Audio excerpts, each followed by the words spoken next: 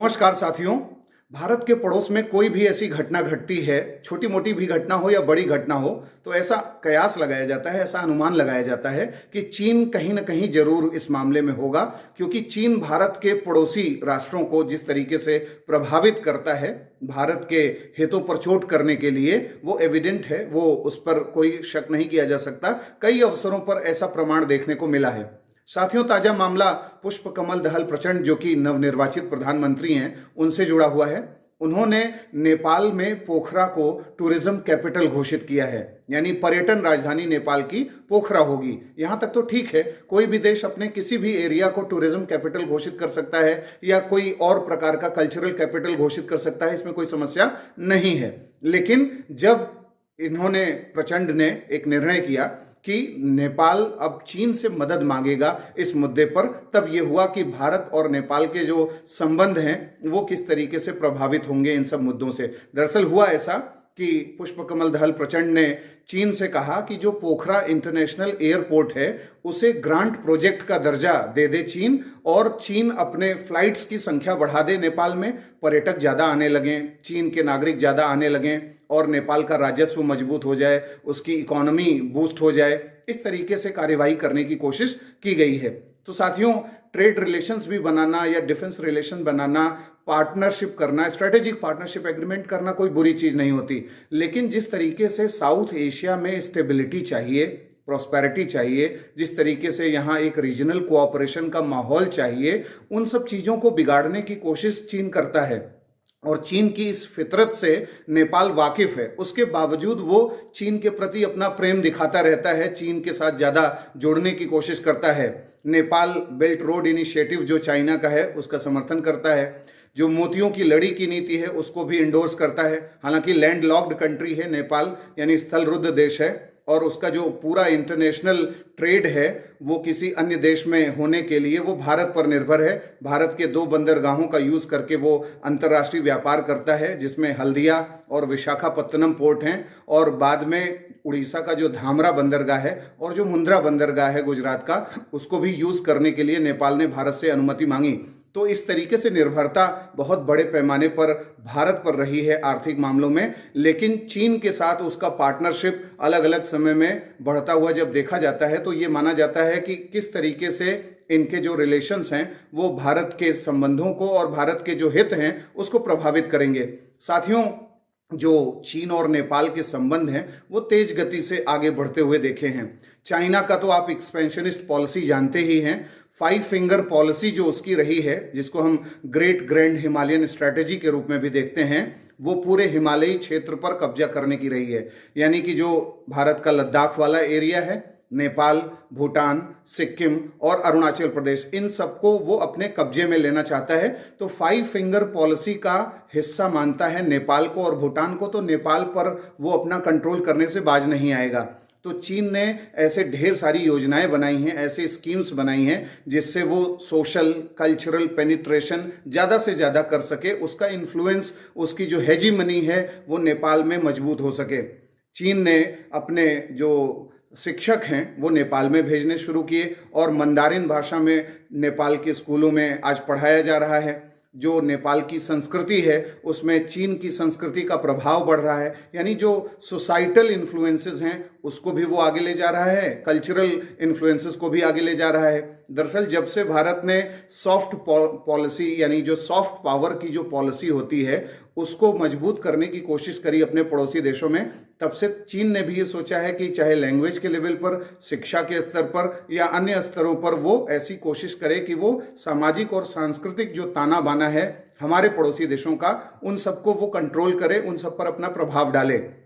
तो 2 देशों के बीच में संबंध जिस तरीके से विकसित होते हैं वो कोई बुरी चीज नहीं होते। लेकिन जब पूरे किसी एक क्षेत्र की स्थिरता, शांति, सद्भाव, इन सबको प्रभावित करने के को दृष्टिगत रखते हुए जब कोई कार्यवाही की जाती है तो उसे वैलिड नहीं माना जाता, जस्टिफाइड नहीं माना जाता। साथियों, भारत ने भी कई प्रकार के ऐसे कार्य किए हैं जिससे वो चाइना और नेपाल के रिलेशनशिप को काउंटर कर सके और भारत के हित प्रभावित न हो सकें। भारत ने अमेरिका के साथ जिस तरीके की स्ट्रेटेजिक पार्टनरशिप की है और जिस तरीके से अमेरिका का मिलेनियम चैलेंज जो कॉरपोरेशन है वो जिस तरीके की कार्यवाही करता है नेपाल के कॉन्टेक्स्ट में, भारत और नेपाल के बीच में जो क्रॉस एनर्जी ट्रेड है उन सबको फैसिलिटेट कराने के लिए इस फंड से पैसा दिया जाता है। तो एक तरीके से हम ये कह सकते हैं कि नेपाल के साथ हमारे संबंध मजबूत हों, इसको और ज़्यादा फैसिलिटेट कराने के लिए अमेरिका जैसे प्लेयर भी काम कर रहे हैं और चीन के द्वारा जिस तरीके की एक्सपेंशनिस्ट पॉलिसीज अपनाई गई हैं उन्हें काउंटर करने के लिए 2022 में नेपाल की संसद में ये जो मिलेनियम चैलेंज कॉरपोरेशन की स्कीम है अमेरिका की, जिसके माध्यम से वो इलेक्ट्रिसिटी के क्षेत्र में सैनिटेशन, इंफ्रास्ट्रक्चर, रोड कंस्ट्रक्शन, इन सब मामलों में नेपाल को मदद देता है, कई अन्य देशों को मदद देता है, वो मान लिया गया था, उसे मंजूरी दे दी गई थी। तो ऐसा माना जाने लगा था कि नेपाल जो है बेल्ट रोड इनिशिएटिव को जो है छोड़ सकता है, काउंटर कर सकता है और थोड़ा सही मुद्रा में आ सकता है। लेकिन फिर बाद में ऐसे ढेर सारे जो है एग्जाम्पल सामने आने लगे जब ये देखा गया कि नेपाल और चीन के संबंध मजबूत हो रहे हैं।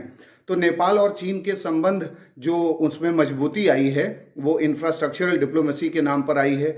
हाइड्रो पावर जो एनर्जी है उन सबके कॉन्टेक्स्ट में, यानी जो हाइड्रो एनर्जी प्रोजेक्ट्स हैं उसको चलाने के लेवल पर आई है। और नेपाल के जो इकोनॉमी है, नेपाल की जो इंटरनल मामले हैं उन सब में भी चीन ने अपना प्रभाव दिखाना शुरू किया है। वहाँ के जो म्यूनिसिपल इलेक्शंस हैं, नगर निगम के चुनाव हैं, उसमें भी चीन ने हस्तक्षेप करने की कोशिश करी है। तो इस तरीके से, और चीन का जो एक डंपिंग ग्राउंड रहा है, चाइना के जो भी प्रोजेक्ट्स हैं सस्ते दाम पर नेपाल के मार्केट में पहुंचते हैं और नेपाल के द्वारा किसी जब अन्य देश में या भारत में पहुंचाने की कोशिश होती है तो भारत एंटी डंपिंग ड्यूटी भी लगाता है। साथियों, अभी पुष्प कमल दहल प्रचंड आए थे और प्रधानमंत्री मोदी से मिले और उन्होंने कहा कि मोदी जी, आपने जो जूट प्रोडक्ट्स हैं नेपाल के और खासकर बांग्लादेश के भी, उस पर जो एंटी डंपिंग ड्यूटी लगा रखी है, जो टैक्स वगैरह उस पर लगा रखा है, उसको आप जो है रिलीज करिए। उसको जब कम करेंगे तभी हमारा ट्रेड डेफिसिट दूर होगा। यानी जो व्यापारिक घाटे का सामना भारत के साथ व्यापार के कॉन्टेक्स्ट में नेपाल कर रहा है, उस मुद्दे को उसने उठाया और बोला कि इसमें जब कमी की जाएगी तो एक मजबूत नेपाल आर्थिक रूप से उभरेगा और उसमें मदद मांगी है। और एक विकसित देश बनने का लक्ष्य भी प्रचंड ने तय किया है और भारत से मदद मांगी। भारत ने कहा कि हम आपको डेवलपमेंटल स्ट्रेटजी में मदद करेंगे। तो इस तरीके से भारत जो है अपने पड़ोसी देशों को सशक्त करने की कोशिश करता है, एम्पावर करने की कोशिश करता है, कैपेसिटी बिल्डिंग करता है और ह्यूमन रिसोर्स मैनेजमेंट करता है। भारत ने कई अवसरों पर नेपाल को बोला कि भाई ग्रीन जो है रिवोल्यूशन अगर करना है, आप फूड सिक्योरिटी के कॉन्टेक्स्ट में काम करना चाहते हैं तो हमारे एग्रीकल्चरल साइंटिस्ट आपको मदद कर सकते हैं। हम बढ़िया आपको सीड दे देंगे, हम बढ़िया फर्टिलाइजर देंगे, अन्य प्रकार की सुविधाएं दें। आप अपने एग्रीकल्चर पे ध्यान दीजिए ताकि आपका हालत जो है श्रीलंका की तरह ना हो। जैसा श्रीलंका ने इकोनॉमिक क्राइसिस झेला वैसा नेपाल न झेले, इस तरीके का भी बात कहा जा चुका है। तो साथियों, जिस तरीके से भारत अपने फॉरेन पॉलिसी में या जो नेबरहुड फर्स्ट पॉलिसी है उसमें नेपाल को महत्व देता है और नेपाल के साथ हमारे जिस तरीके के ऐतिहासिक संबंध रहे हैं उसको भारत और मजबूती देने की कोशिश करता है, लेकिन नेपाल कई अवसरों पर प्रभावित दिखता है और वो चीन की तरफ उसका ओरिएंटेशन ज़्यादा होता है।